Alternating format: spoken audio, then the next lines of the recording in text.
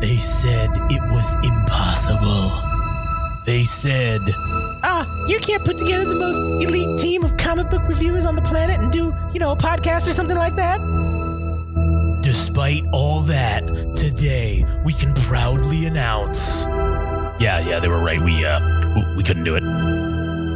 So instead, we brought you the most vile, ignorant, unprofessional group of comic book enthusiasts we could find. This is Panel to Panel, the Game Rage Magazine comic podcast.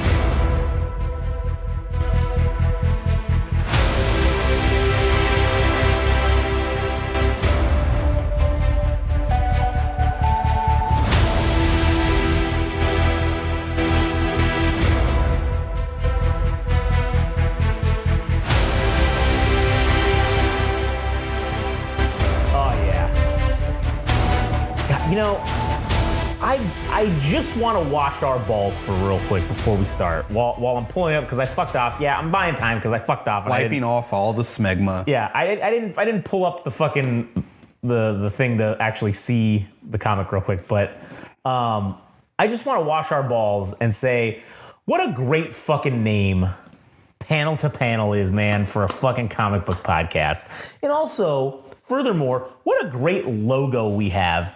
It's like super minimalist, kind of almost looks like Gran Turismo, but it's fucking so good, man. We did a real great job with that. I just want to say, to all you people out there that want to have comic book podcasts, you might as well just not even bother, because you're never going to get better than Panel to Panel.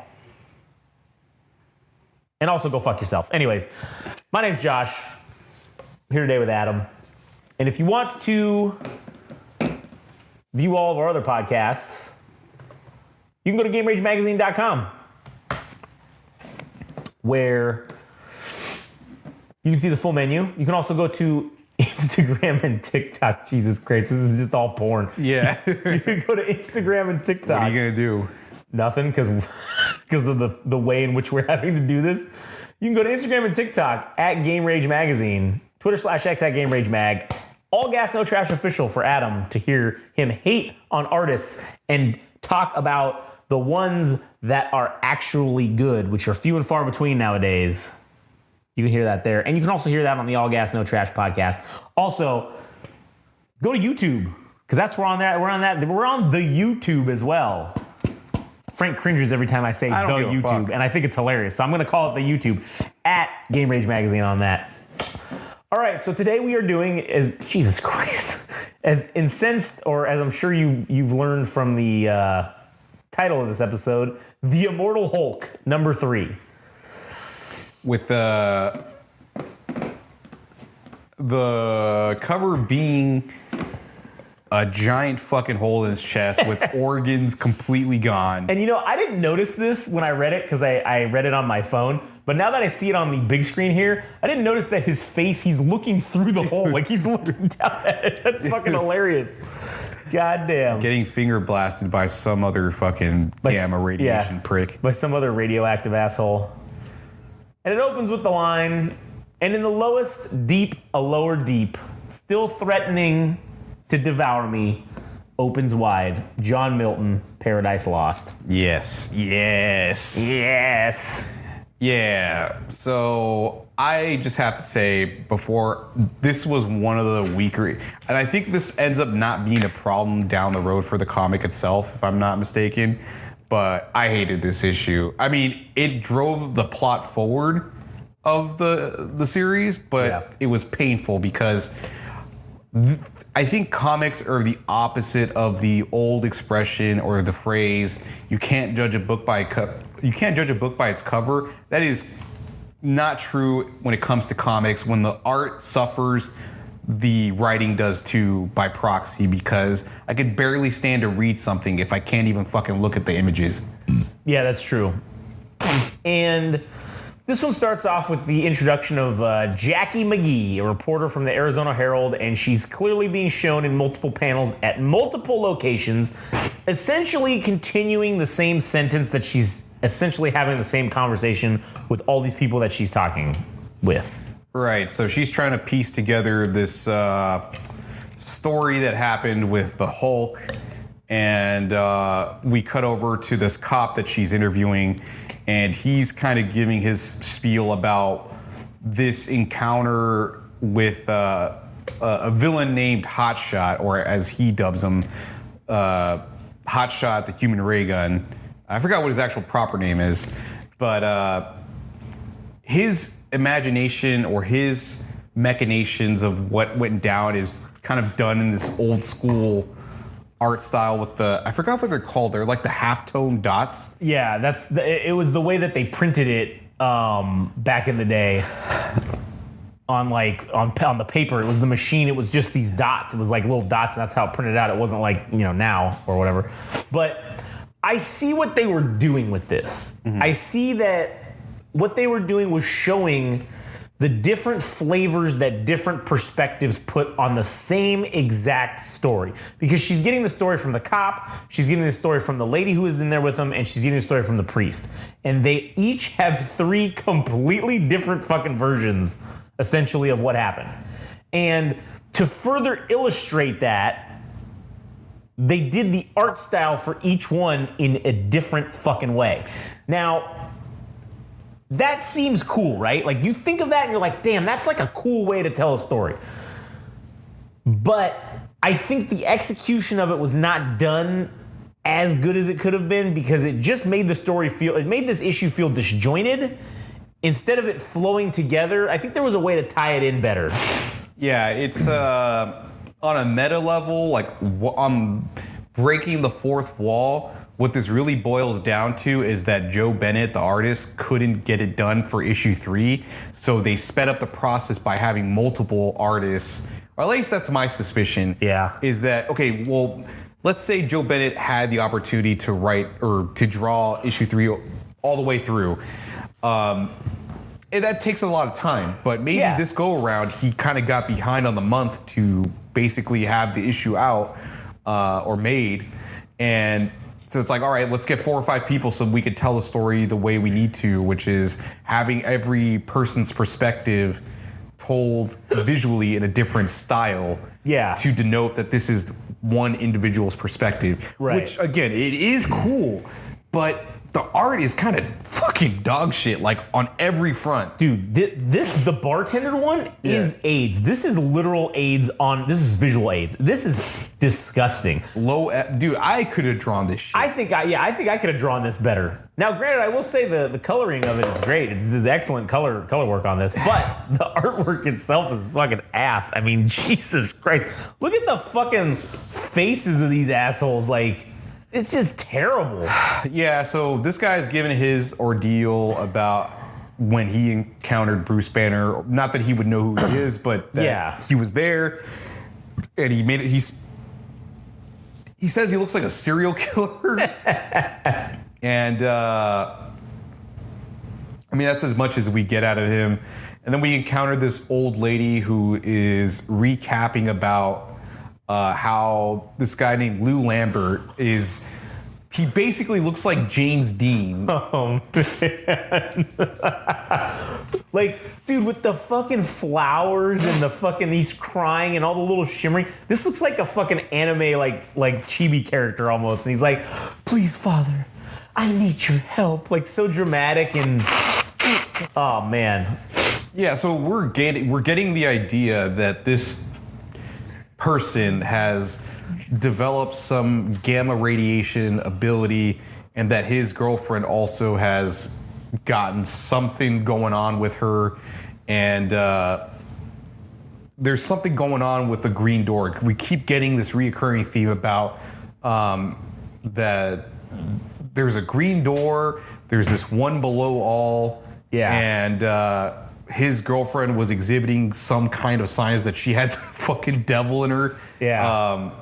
And he needed help, and he was calling to this priest, I suppose, to exorcise the demon within her.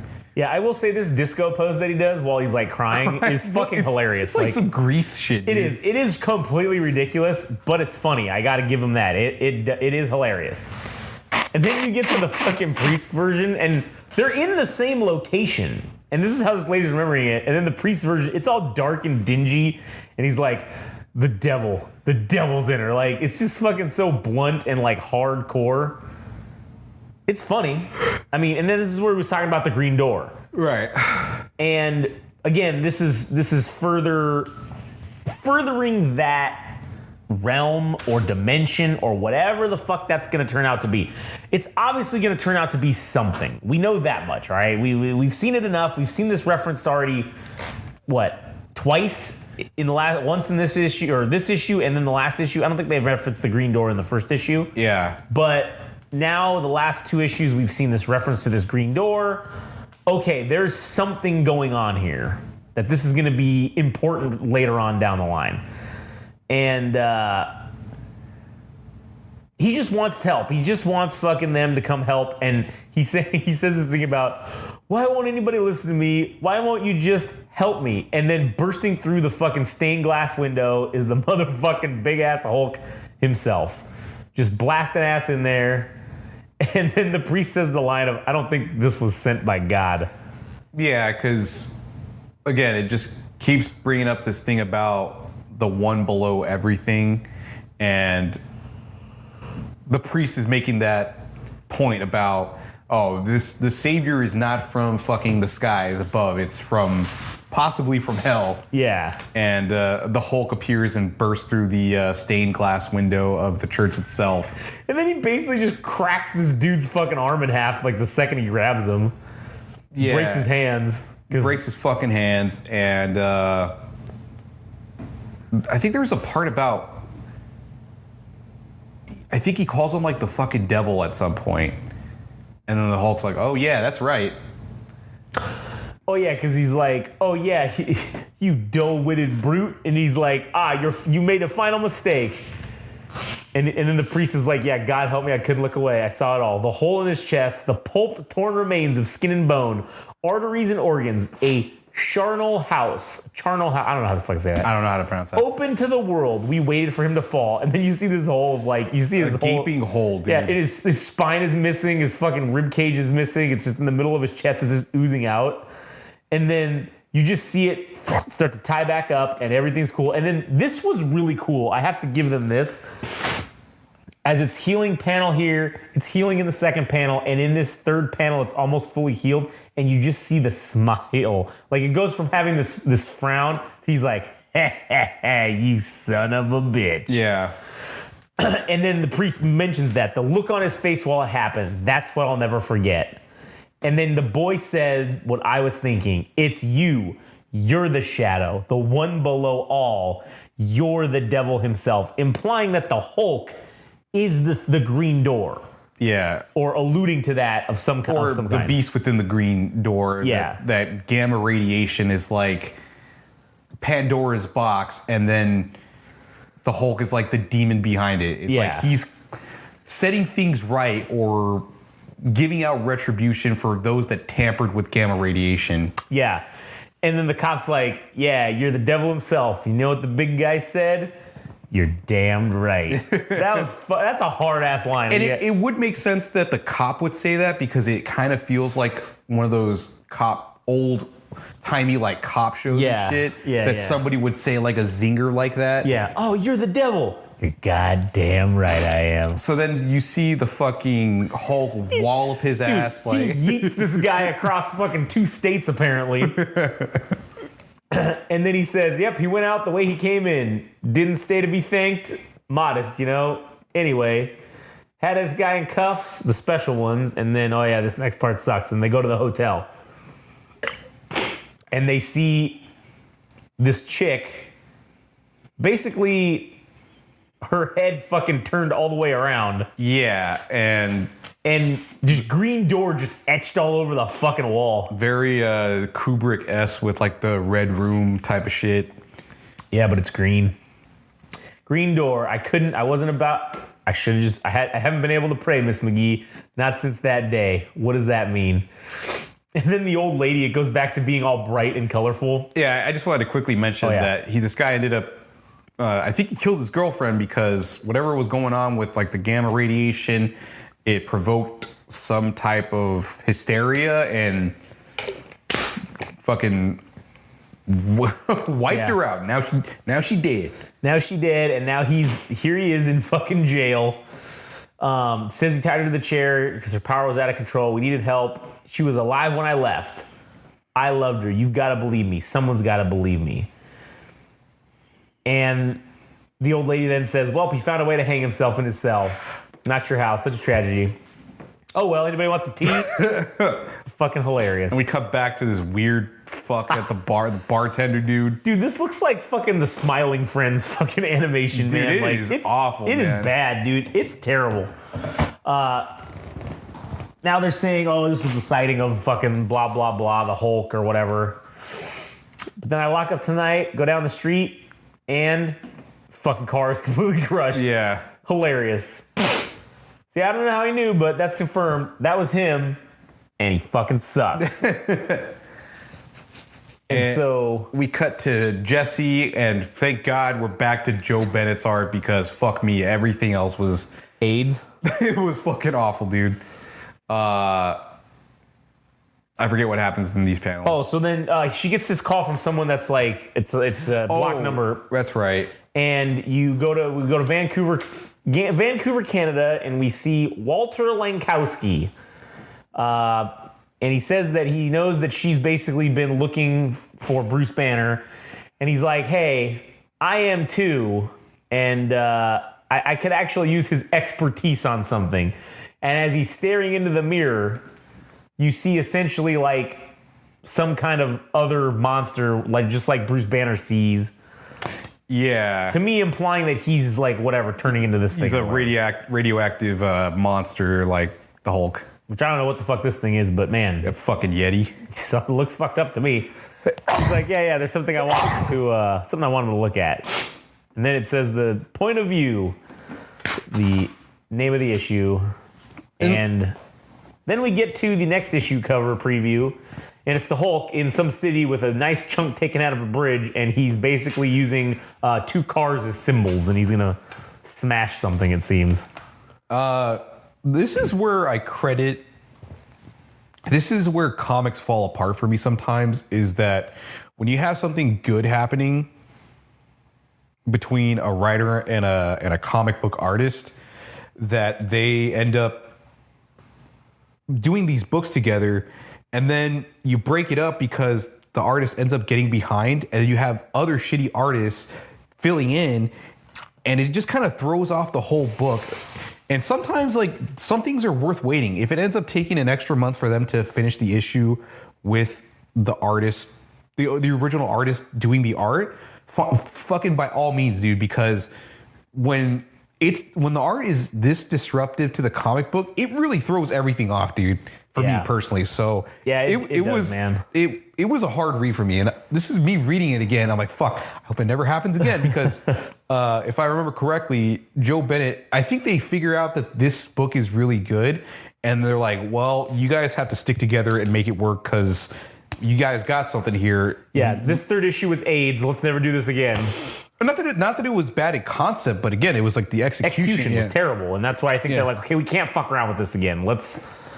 Let's keep this straight by the book. You guys are just gonna have to figure this shit out. Yeah. So, not a terrible issue, but it wasn't the strongest, I don't think. It just, the art really dragged it down. So, unfortunately, I really didn't want to spend a whole lot of time talking about this specific issue, because even reading it again, I'm just like, dude, I don't want to spend any more time than I have to about this specific issue. Yeah, I agree. I don't think there's any much more we have to say. This is just going to be a short one for this one. Hopefully the next issue will get better, and we will have a little more to say, perhaps. Yeah. But anyways, so that'll do it for us. So yes, make sure to stick around for a double dose. We're going to be going in on Double D himself, Daredevil, number 3. Oh, banger. Oh, man. Another banger.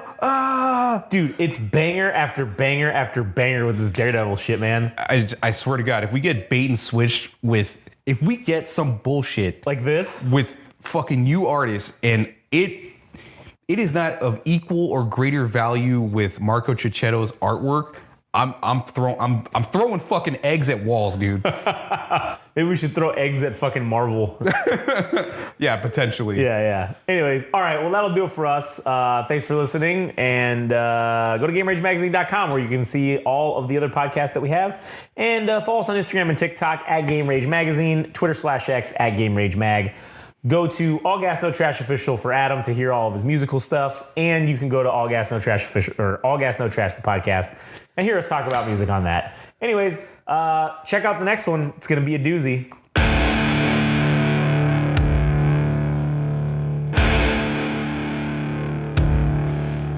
That was Panel to Panel, the Game Rage Magazine comic book podcast.